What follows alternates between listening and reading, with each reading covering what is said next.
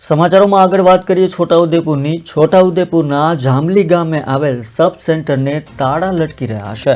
જ્યારે સબ સેન્ટર સવારે 9 થી 1 અને બપોરના 2 થી 5 ફરજિયાતપણે ખોલવાનું હોય છે, જેમાં આરોગ્ય કર્મચારીઓએ સબ સેન્ટરમાં ફરજિયાત હાજર રહેવી, આવનાર બીપી, ડાયાબિટીસના તમામ અન્ય દર્દીઓની તપાસ કરવાની હોય છે અને ગંભીર બીમારી હોય તેને તાત્કાલિક પ્રાથમિક આરોગ્ય કેન્દ્ર અને સામૂહિક આરોગ્ય કેન્દ્રમાં મોકલવાના હોય છે.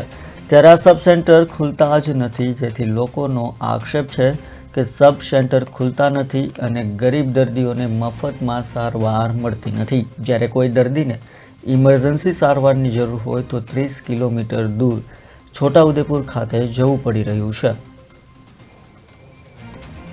સરકારે આવા દવાખાના નાખ્યા છે, પણ કર્મચારીઓને વાત કરીએ પણ કોઈ સુવિધા નથી મળતી, તો જવું પડે છોટાઉદેપુર.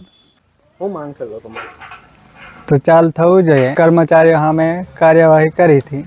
દૂર જવું પડે 20 કિલોમીટર.